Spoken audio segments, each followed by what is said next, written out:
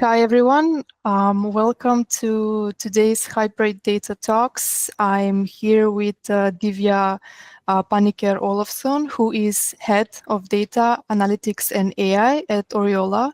Divya, welcome. It's my pleasure to talk with you today. The same. Thank you for the invite. Really looking forward to this conversation, and hello, everyone. Thank you to you for making the time to speak with me today. Divya will also be speaking at the upcoming 10th edition at the Data Innovation Summit, which will take place in less than a month. And we're excited to hear more from her in her session. And for today's talk, Divya, I would like to start by asking you, can you share a little bit about your professional background? What inspired you to have a career in data analytics and AI, and share with us what are your passions? Yeah. So a little bit about me. I'm from India, but I grew up in Japan, and now Sweden is home. So I'm a little bit of everything. My educational background is in engineering, but it was mostly on electronics and the mechanical side of things. So the software world, I was just thrown into it. Inspiration, when you ask me inspiration, I think I've been surrounded by really smart people, and that has opened up many doors where I could collaborate, sometimes even lead initiatives where data was powering up and changing how we did business. Not just within the organization, but there were projects, say during COVID, where the data was shared to municipalities, and we could do planning around how the transport management system worked, for example. So it really brought me to the value side of things, throughout the whole chain that it is being consumed.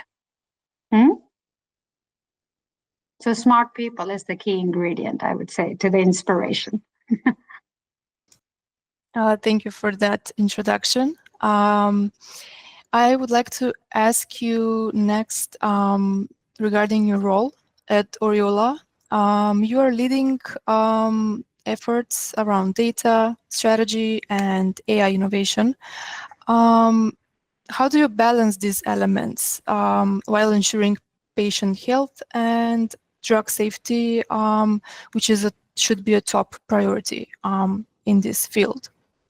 Yes, and I have to say it is absolutely top priority.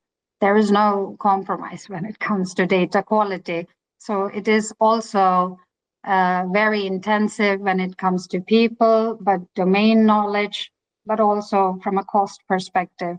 But it's one of the top priorities at Oriola because the impact is, end of the day, value for someone's health. Right? We are right in the middle where we support drug manufacturing companies to roll out their products within Nordics. And we also have an advisory unit where we provide advice on what kind of promotional materials that could be used. And there are two types of promotional materials. One that you see on TV, could be medical devices or drugs, whatever. But where you need a prescription, those promotional materials are towards medical experts in the field, like doctors, etc., and hospitals. And here, having hallucinations, absolutely not okay. So my role, when I say AI, it's data as well. And in Oriola, we have the culture. If you go to our warehouses, you would see governance right from when a product arrives at the warehouse to when it's generated, to when it lands in our ERP system, to when it's being consumed and prepped, and then thrown out, not just for internal efficiency or business decisions to be taken in Oriola, but it's shared with pharmacies within Sweden, Finland.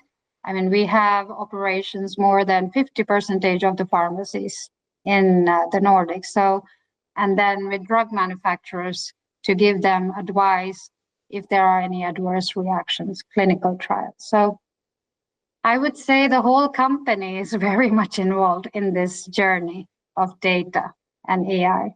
Thank you for that answer. I did not mention at the beginning what is your session going to be focused on. So I would like to leave it to you to share some things regarding your session. And my next question would be, you will talk about AI in pharmacovigilance. Can you tell us about some of the challenges that the pharmaceutical industry faces when it comes to ensuring drug safety, and how AI can address these challenges? Let me start with the negatives, I would say. So, like I said, we have a service on the wholesale distribution of medicines with the Nordics, but there's another unit called advisory.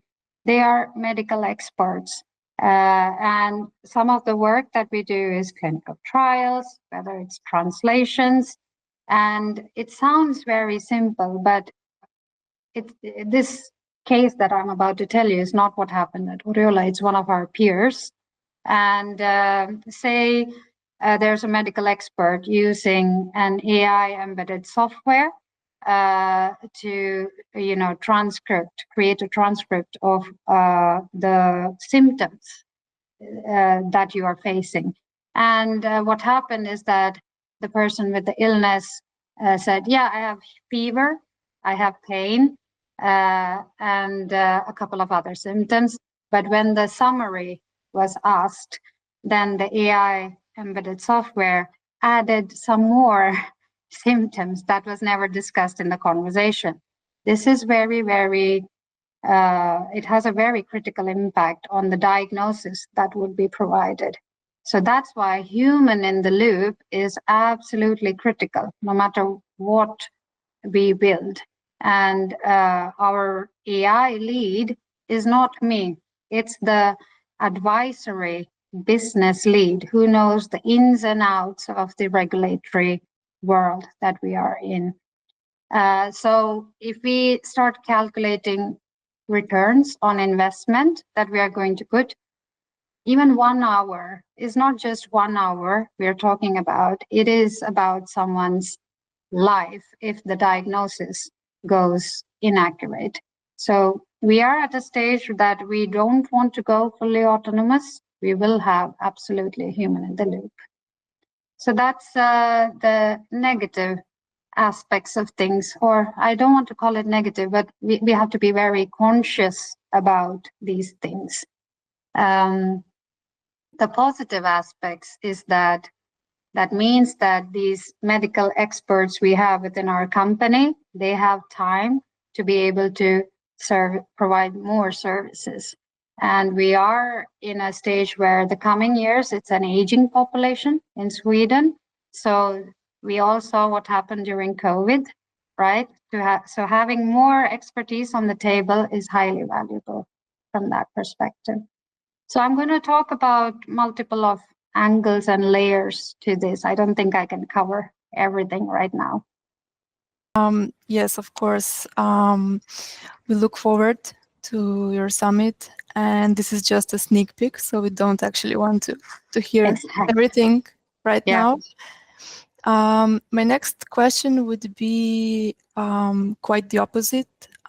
So from your experience, in your experience, what key lessons have you learned when it comes to building and leading successful data-driven teams, especially in regulated industries like pharma, for example? I think when I will start from the time when I graduated. I think I was so naive that I thought my piece of code is what makes a difference. It was nowhere close to that. It's a combination. It was literally like an onion ring where you have the people like, the core development team, but you have the layers of business, you have the whole process architects around it, and then change management. But also, it needs to be ensured that we continue to monitor how it's used. Is it really bringing value? So it's not just build, develop, and release. The whole journey, we need to keep it alive.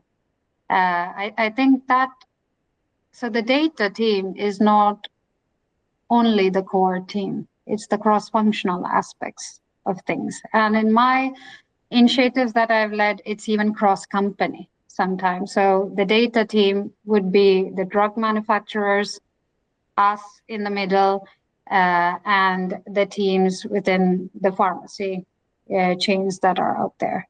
And Oriola, we are part owners of Kronans Apoteket, so that's also one angle that we take. Don't know, did that answer the question? Yes, Divya, thank you for that. I'm curious to hear what are your thoughts on AI evolving and its impact in this field. So in particular, how do you see AI impact the efficiency and quality of drug safety in the upcoming years across the Nordic countries? Mm-hmm. I think we are very much now getting similar questions even from our customers. So it's a very relevant topic in the leadership within Oriola. Our people are our strength, and we are encouraging, we are rolling out tools and adoption programs so people, they can embrace the journey of using these tools. AI, end of the day, is a method to be more efficient or to have the time to bring out other kind of services or creativity on the floor. On its own, it's not going to bring any, ROI. So that's where we are focusing, how our people, and we are also collecting feedback. Does it really help in a day-to-day life?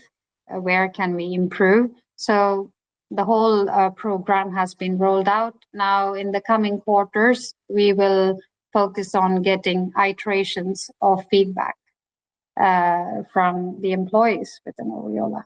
And my last question, I would say, for today would be regarding some future developments when it comes to AI in pharma specifically. What do you see as the most promising developments, or what do you hope to see in the next few years? And how can companies stay ahead of these changes? That's a very good question. And it's a very fast-paced environment, so very hard to keep up with. I feel it's very challenging, but when I meet my peers in the industry, I don't feel alone, facing this particular challenge. I'm a strong believer that AI and data go hand in hand.